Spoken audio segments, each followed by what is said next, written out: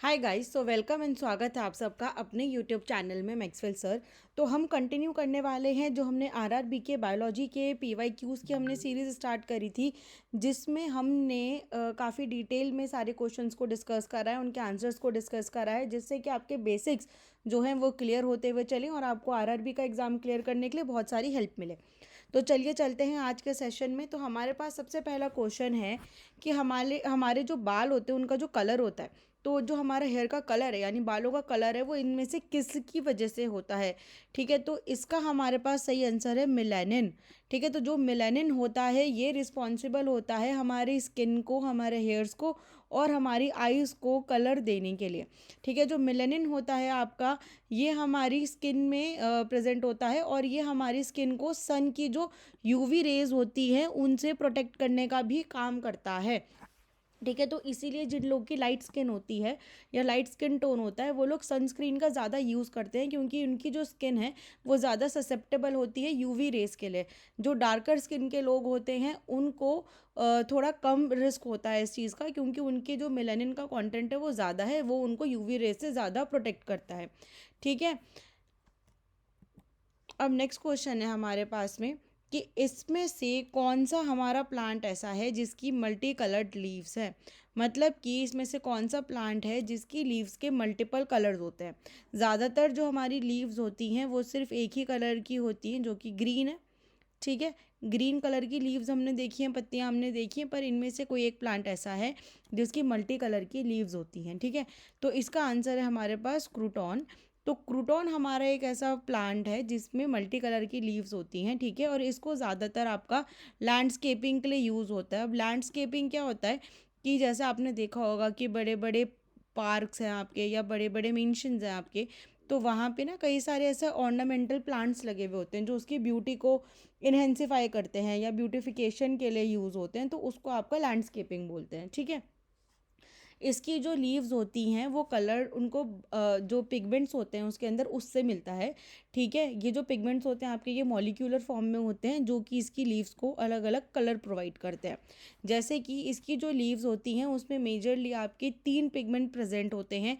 एक होता है आपका क्लोरोफिल। ठीक है, जो क्लोरोफिल है ये हम सबको पता है कि ये है आपका ग्रीन कलर के लिए रिस्पॉन्सिबल। ठीक है, क्लोरोफिल इसे ग्रीन कलर प्रोवाइड करता है। देन इसमें आपके कैरोटिनॉइड जो होता है वो भी प्रेजेंट होता है। कैरोटिनॉइड जो हमारा पिगमेंट है ये हमारे कैरेट्स में भी प्रेजेंट होता है, जो कि उनको ऑरेंज कलर देता है। यहाँ पे जो इसका कैरोटिनॉइड है ये इसकी जो लीव्स होती हैं उनको yellow, orange and brown colour provide करता है। ठीक है, देन इसके बाद में इसमें आपका एंथोसाइनिन भी प्रेजेंट होता है, और एंथोसाइनिन से जो इसकी लीव्स होती हैं उनको आपका रेड कलर मिलता है। ठीक है, तो इसकी वजह से क्योंकि इसके अंदर मल्टीपल जो पिगमेंट्स हैं आपके वो प्रेजेंट है इसकी लीव्स में, इसकी वजह से जो इसकी लीव्स होती हैं आपकी क्रूटॉन की लीव्स होती हैं वो मल्टी कलर की लीव्स होती हैं। ठीक है, नेक्स्ट क्वेश्चन है अब हमारे पास में कि इसमें से कौन सा हमारा एक ट्रेस एलिमेंट नहीं है। ठीक है, सॉरी, कौन सा इसमें से हमारा एक ट्रेस एलिमेंट है। ठीक है, अब ट्रेस एलिमेंट्स हमारी बॉडी में क्या होते हैं। ठीक है, तो ट्रेस एलिमेंट्स होते हैं जो हमारे माइक्रो मिनरल्स होते हैं। यानी कि अब देखो हमारी बॉडी में हमारे को दो टाइप के मिनरल्स चाहिए होते हैं, एक होते हैं माइक्रो और एक होते हैं मैक्रो। ठीक है, मैक्रो वो मिनरल्स होते हैं जो हमारे को ज़्यादा क्वांटिटी में चाहिए, और माइक्रो वो होते हैं जो हमें कम क्वांटिटी में चाहिए। तो ट्रेस एलिमेंट्स जो होते हैं ये हमारे माइक्रो मिनरल्स भी होते हैं। ठीक है, तो इसका आंसर है हमारे पास मैग्नीशियम। मैग्नीशियम जो है आपका इनमें से हमारा ट्रेस एलिमेंट है। जो आपका पोटेशियम, सोडियम एंड मैग्नीशियम है ये आपका ट्रेस एलिमेंट नहीं है, ये हमारे को ज़्यादा क्वान्टिटी में चाहिए होता है। ठीक है, नेक्स्ट क्वेश्चन है हमारे पास में that malaria can be cured by admitting, यानी कि इसमें से कौन सी दवाई देने से जो मलेरिया है वो हमारा क्योर हो सकता है। ठीक है, तो मलेरिया आपका क्या होता है, मलेरिया जो है आपका ये एक ऐसी डिजीज़ होती है जो आपकी फीमेल एनोफिलीज मस्कीटो जो होता है, हमारी फीमेल एनोफिलीज मस्कीटो, जब ये किसी हेल्दी पर्सन को काटती है तो इसके काटने से ही ये जो आपका मलेरिया है ये फैलता है, ठीक है। और ये फीमेल एनाफेलीज मस्कीटो वैसी मस्कीटो होनी चाहिए जो कि प्लाज्मोडियम कैरी कर रही हो, ठीक है। तो प्लाज्मोडियम जिस भी आपकी फीमेल एनाफेलीज मस्कीटो में होगा, अगर वो किसी को काटेगी तो क्या होगा कि उसको आपका मलेरिया हो जाएगा, ठीक है। अब मलेरिया में क्या होता है कि जो आपके प्लाज्मोडियम का बैक्टीरिया होता है, ठीक है, वो जाके इन्फेक्शन क्रिएट कर देता है हेल्दी पर्सन के अंदर, ठीक है। तो इसका जो आपका क्योर होता है वो आपका क्विनीन होता है। तो क्विनीन जो आपकी दवाई है, अगर ये मलेरिया वाले पर्सन को दी जाए, ठीक है, तो ये उसको ठीक करती है, उसको क्योर करती है, ठीक है। इसी के साथ में एक आपका हाइड्रोक्सी क्लोरोक्विनीन होता है जो कि आपका कोविड-19 के पेशेंट्स को भी ट्रीट करने के लिए यूज़ करा गया है, हाइड्रोक्सी क्लोरोक्विनीन, ठीक है। मैं लिख भी देती हूँ आपका, जिससे कि ये चीज़ भी याद रखना, ये भी आपका एग्ज़ाम में पूछा जा सकता है क्योंकि ये आपका काफ़ी न्यू क्वेश्चन है, काफ़ी एकदम रिसेंट का क्वेश्चन है कि जो आपका हाइड्रोक्सी क्लोरोक्विनीन जो है वो आपके कोविड-19 के जो पेशेंट्स हैं उनको भी ट्रीट करने के लिए एडमिनिस्टर करा गया है, उनको ये दिया गया है, ठीक है। और जो आपका नॉर्मल क्विनीन है ये आपके मलेरिया के पेशेंट्स को दिया जाता है उन्हें क्योर करने के लिए। और मलेरिया किससे फैलता है? जो हमारी फीमेल एनाफेलीज मस्कीटो होती है जिसके अंदर आपका प्लाज्मोडियम होता है, जो आपके प्लाज्मोडियम को कैरी कर रही होती है, वहाँ से आपका जो हेल्दी पर्सन है वो इन्फेक्ट हो जाता है उसके काटने से, ठीक है। अब नेक्स्ट क्वेश्चन है हमारे पास, usually the twig of which trees use to clean the teeth, ठीक है। तो आप लोगों ने देखा होगा कि कई सारे गांव के लोग होते हैं या कई सारे पुराने लोग होते हैं, तो वो क्या करते हैं कि वो एक लकड़ी के टुकड़े से अपने दांत को घिस रहे होते हैं या उसे चबा रहे होते हैं, ठीक है। तो वो कौन सी ट्विग होती है? ट्विग का मतलब होता है आपका लकड़ी का एक टुकड़ा, ठीक है। तो यूजुअली जो नीम होता है आपका, नीम को ही यूज़ करा जाता है, नीम की ट्विग को यूज़ करा जाता है।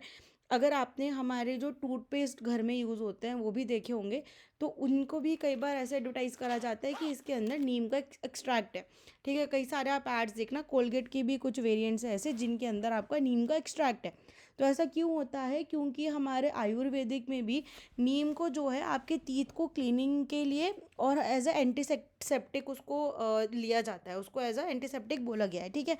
तो इससे क्या होता है कि आपके जो दांत हैं वो बैक्टीरिया फ्री हो जाते हैं, ठीक है। जो नीम की लीव्स है आपकी, ये फर्दर आपकी लेप्रोसी में भी यूज़ होती हैं, डायबिटीज़ में यूज़ होती हैं, आई डिसऑर्डर्स के लिए इसको यूज़ करते हैं, ठीक है। अगर इन्फेक्शन हो गया, आपको स्किन पे रैशेज़ हो गए हैं, उसके लिए भी इनको यूज़ करते हैं, ठीक है। और इसका आपका कॉस्मेटिक्स में और मेडिसिन्स में भी काफ़ी यूज़ होता है आपके नीम के ट्री का। तो सबसे पहला क्वेश्चन हमारे पास ये है कि first instrument for routine monitoring of total ozone was developed by, मतलब कि इसमें से कौन से हमारे साइंटिस्ट ऐसे थे जिन्होंने कि हमारे ओजोन लेयर की मॉनिटरिंग के लिए, कि मतलब भाई ये जैसे अगर हमारी ये ओजोन लेयर है तो इसकी थिकनेस कहाँ पे कितनी है, तो इसकी मॉनिटरिंग करने के लिए उन्होंने एक इंस्ट्रूमेंट को डेवलप करा था, ठीक है। तो इसका आंसर है हमारे पास गॉर्डन एम बी डॉप्सन, ठीक है। तो आपका जो डॉप्सन होती है, इसीलिए ये जो आपकी डॉप्सन है, डॉप्सन आपकी यूनिट है, बेसिक यूनिट है ओजोन की जो रिसर्च में यूज़ होती है, ठीक है। एंड वन डॉप्सन यूनिट आपकी, यानी कि इसको DU लिखते हैं, वन डॉप्सन यूनिट जो होती है आपकी, ये डिफाइन करी जाती है 0.01 mm thickness at standard STP, ठीक है। मतलब कि आपका स्टैंडर्ड टेम्परेचर एंड प्रेशर, ठीक है, आपके STP पे इसको मीज़र करा जाता है, ठीक है। अब क्या होता है आपका कि जो ओजोन की थिकनेस है उसको हम in terms of Dobson unit express कर रहे हैं, ये तो हमें पता चल गया है, ठीक है। तो ये जो हम इन लोगों ने जो इन्होंने इंस्ट्रूमेंट बनाया था, ये इंस्ट्रूमेंट क्या करता था कि ये फिजिकली इसकी थिकनेस को मीज़र करता था कि भाई इसकी थिकनेस कितनी है, ठीक है, और कितना ये अर्थ के एटमॉस्फेयर में कंप्रेस हो रही है, कितना और ज़्यादा ये कंप्रेस होगी, ठीक है। और ये जो आपकी होती है ना बहुत थिन होती है, मतलब जो आपकी ओजोन लेयर है बहुत थिन होती है, ये आपकी 300 से आपका 500 DU होती है, यानी कि 500 डॉप्सन यूनिट जो है इसकी थिकनेस होती है, ये नॉर्मल रेंज है इसकी, बहुत बहुत थिन होती है, ठीक है। तो आगे चलते हैं। अब यहाँ पे हमें पूछा गया है कि which of the following is an in situ conservation measure taken by India, यानी कि इंडिया में इसमें से कौन सा हमारा इन सूट कंजर्वेशन का मेथड है। अब सबसे पहला क्वेश्चन आता है कि इन सूट कंजर्वेशन आखिर होता क्या है, ठीक है। तो इंडिया में या कहीं भी आप जाओगे तो आपके दो टाइप के बायोडाइवर्सिटी कंजर्वेशन के आपके मॉडल्स होते हैं, ठीक है। एक होता है आपका इंसूट कंजर्वेशन, ठीक है। एक होता है आपका इंसूट कंजर्वेशन, इसको इन सीटू भी बोलते हैं। और ये होता है आपका दूसरा एक्स सीटू कंजर्वेशन, और कोई इसको साइट भी बोलेगा, ठीक है। तो इन सीटू और एक्स सीटू कंजर्वेशन आपके क्या होते हैं? सबसे पहले इन सीटू की बात करते हैं, क्योंकि ये हमारे यहाँ क्वेश्चन में भी आया हुआ है, लेकिन क्वेश्चन आपका चेंज करके एक्स सीटू के बारे में भी पूछ सकता है, तो इसके बारे में भी आपको पता होना चाहिए। तो इन सीटू कंजर्वेशन आपका क्या करता है कि इस कंजर्वेशन मेथड में एक पर्टिकुलर इकोसिस्टम की आपकी जो स्पीसीज़ हैं यानी कि वहाँ के कोई प्लांट्स है, एनिमल्स हैं, बर्ड्स हैं, ठीक है, फिशेस हैं, रेप्टाइल्स हैं, अगर हमें उन्हें कंजर्व करना है, उन्हें बचा के रखना है, तो इन्हीं अपने नेचुरल हैबिटेट में ही प्रोटेक्ट होंगे, मतलब कि अपने घर के अंदर ही उनका प्रोटेक्शन होगा, ठीक है। इसके लिए हमारे नेशनल पार्क्स हैं, हमारे बायोलॉजिकल रिजर्व्स हैं, हमारे रिजर्व्ड फॉरेस्ट हैं, ठीक है, और आपके प्रोटेक्टेड फॉरेस्ट के एरियाज़ होते हैं। तो जो हमारा प्रोजेक्ट लायन है, हमारा प्रोजेक्ट राइनो है, प्रोजेक्ट एलिफेंट है, ये सारे के सारे जो थे हमारे, ये इन सीटू कंजर्वेशन के अंडर ही आए हैं, तो इसलिए इसका आंसर है हमारा सेकंड, ऑल द ऑप्शंस, ठीक है। अब नेक्स्ट क्वेश्चन आता है हमारा कि चलो ये तो इन सीटू हो गया, एक्स सीटू कंजर्वेशन हमारा क्या होता है, ठीक है। तो एक्स सीटू कंजर्वेशन में हमारा क्या होता है, ये हमारा वो मोड ऑफ कंजर्वेशन है जहाँ पे अगर हमारे को ये पर्टिकुलर स्पीसीज़ को या ये पर्टिकुलर चीज़ों को मेंटेन करना है, ठीक है, तो हम क्या करेंगे, हम इनको यहाँ से उठाकर दूसरी जगह लेके जाएंगे उन्हें प्रोटेक्ट करने के लिए। क्यों ले जाएंगे दूसरी जगह? क्योंकि इस पर्टिकुलर एरिया में इनको थ्रेट है, यहाँ पे कोई इन्हें मार सकता है, या एक्सटिंक्ट हो सकते हैं, या अपने आप ही ये ख़त्म हो सकते हैं। तो इसलिए इनको यहाँ से उठाकर, इनको इनके घर से उठाकर दूसरी जगह लेके जाया जाता है, ठीक है। जैसे आप लोगों ने कभी सुना होगा कि विटनेस प्रोटेक्शन प्रोग्राम करके एक चीज़ होती है, ठीक है। तो विटनेस प्रोटेक्शन प्रोग्राम क्या होता है कि अगर आप किसी के अगेंस्ट गवाही दे रहे हो, और किसी ऐसे इंसान के अगेंस्ट आप गवाही दे रहे हो जो कि आपको जान मार का खतरा कर सकता है, तो आपको क्या करती है गवर्नमेंट, आपके घर से उठाकर आपको वो किसी सेफ हाउस में ट्रांसफ़र कर देती है, जिससे कि आपको वो प्रोटेक्शन दे पाए। तो सेम चीज़ आपकी एक्स सीटू कंजर्वेशन में भी होती है कि भाई यहाँ पे ये जो हमारी स्पीसीज़ है, हमारा एनिमल हो गया, प्लांट हो गया, या हमारे कोई भी रेप्टाइल हो गई, बर्ड्स हो गई, एनीथिंग, ठीक है, अगर हमें वो पर्टिकुलर स्पीसीज़ को प्रोटेक्ट करना है तो उनको इनके अपने एरिया में, इनके अपने घर में, इनके नेचुरल हैबिटेट में हम वो प्रोटेक्शन नहीं प्रोवाइड कर सकते, इसलिए हम इनको उठाकर दूसरी जगह ले जाते हैं, ठीक है। इसके लिए हमारे पास बॉटेनिकल गार्डन्स होते हैं, ज़ूज़ होते हैं, ठीक है, ब्रीडिंग सेंटर्स होते हैं, जैसे देहरादून का भी आपका ज़ू है, ठीक है। तो वो भी आपका एक एक्स सीटू कंजर्वेशन का ही तरीका है। वहाँ पे अगर आप आके देखोगे तो वहाँ पे भी बहुत काइंड ऑफ बर्ड्स को रखा गया है, वहाँ पे रेप्टाइल्स भी अब इन्होंने रखने स्टार्ट कर दिए हैं, काफ़ी तरीके की वहाँ पे फिशेज़ रखी गई हैं। तो ये आपका एक एक्स सीटू कंजर्वेशन का आपका तरीका होता है, जिसमें कि नेचुरल हैबिटेट से बाहर उन इंडेंजर्ड स्पीसीज़ को प्रोटेक्शन दी जाती है, ठीक है। ठीक है, तो अब आगे चलते हैं। तो नेक्स्ट क्वेश्चन है हमारे पास कि which wildlife sanctuary was set up in West India for preserving Indian lions, ठीक है, मतलब कि कौन सी हमारे वेस्ट इंडिया में ऐसी वाइल्ड लाइफ सेंचुरी बनाई गई, इसमें आपको ध्यान ये देना है कि वेस्ट इंडिया पूछा गया है, ठीक है, जहाँ पे लायंस को प्रोटेक्ट करा जाता है, ठीक है। तो ये जो आपका आंसर है, इसका आंसर है द गिर फॉरेस्ट, ठीक है। तो जो गिर फॉरेस्ट है आपका, वो वेस्ट इंडिया में आपका सेटअप करा गया था। इंडियन लायंस जो होते हैं, जो हमारे एशियाटिक लायन जिसको बोलते हैं, ठीक है, तो उनको बचाने के लिए ये आपका सेटअप करा गया था, ठीक है। ये ओल्डेस्ट सेंचुरी है इंडिया की, one of the oldest century है, जो कि आपकी गुजरात में स्टेब्लिश्ड है, ठीक है। ये जो है आपकी सेंचुरी बनी थी 1965 में, इसको सेंचुरी डिक्लेयर करा गया था, ठीक है। और इसका जो क्या बोलते हैं, इसका जो एरिया है वो आपका जो सेंचुरी के बाहर का आपका एरिया है वो ऑलमोस्ट आपका 1153 स्क्वायर किलोमीटर का एरिया है, ठीक है। सेंचुरी के आसपास का जो आपका आउट का एरिया है, और आपका जो 258.7 स्क्वायर किलोमीटर का एरिया है, उसको आपका नेशनल पार्क जो है वो डिक्लेयर करा गया है, अंदर का जो उसका एरिया है ये वाला, ठीक है। अब चलते हैं हमारे नेक्स्ट क्वेश्चन की ओर। तो नेक्स्ट क्वेश्चन है हमारे पास में कि इंडिया का फर्स्ट नेशनल पार्क कौन सा है, ठीक है। तो इसका आंसर है हमारे पास आपका Jim Corbett national park, Jim Corbett national park जो है वो इंडिया का ओल्डेस्ट नेशनल पार्क है, ठीक है, ओल्डेस्ट नेशनल पार्क है और ये इस्टेब्लिश हुआ था आपका 1936 में, ठीक है, 1936 में ये इस्टेब्लिश हुआ था और इस समय इसका नाम था आपका हेली नेशनल पार्क, ठीक है। तो हेली नेशनल पार्क से ये आपका इस्टेब्लिश हुआ था। देन उसके बाद में ये आपका नैनीताल में इस्टेब्लिश करा गया है, जो कि आपको उत्तराखंड की एक डिस्ट्रिक्ट है। देन उसके बाद में इसको जिम कॉर्बेट के नाम पे जिम कॉर्बेट नेशनल पार्क जो है वो डिक्लेयर कर दिया गया था, ठीक है। जिम कॉर्बेट नेशनल पार्क में आपका मेजरली जो बंगाल टाइगर है, ठीक है, उसको आपका प्रोटेक्ट करा जाता है। जैसे आपका गिर फॉरेस्ट में तो जो हमारे एशियाटिक लायंस होते हैं उन्हें प्रोटेक्ट करते हैं, ठीक है, या फिर उन्हें एशियन लायंस भी कहते हैं। जो एशियाटिक लायंस होते हैं हमारे, उन्हें यहाँ पे प्रोटेक्ट करा जाता है, उन्हें यहाँ पे बचाया जाता है, ब्रीड करा जाता है। और जो आपका जिम कॉर्बेट नेशनल पार्क है, यहाँ पे आपके जो बंगाल टाइगर्स होते हैं उनको प्रोटेक्शन दी जाती है, उनको यहाँ पे ब्रीड करा जाता है, उनकी यहाँ पे संख्या बढ़ाई जाती है, ठीक है। अब नेक्स्ट क्वेश्चन है हमारे पास कि रामसर कंजर्वेशन जो है वो इनमें से किस चीज़ से रिलेटेड है, ठीक है, वो मतलब फॉरेस्ट से रिलेटेड है, आपका वेटलैंड से आपका रिलेटेड है, एनिमल प्रोटेक्शन से उसका कुछ लेना देना है, या ओजोन डिप्लीशन के लिए ये काम आता है, ठीक है। तो रामसर कंजर्वेशन जो है आपका, ये आपका एक टाइप ऑफ कंजर्वेशन होता है फॉर वेटलैंड्स, ठीक है, तो इसलिए इसका आंसर है हमारा 2 वेटलैंड्स, ठीक है।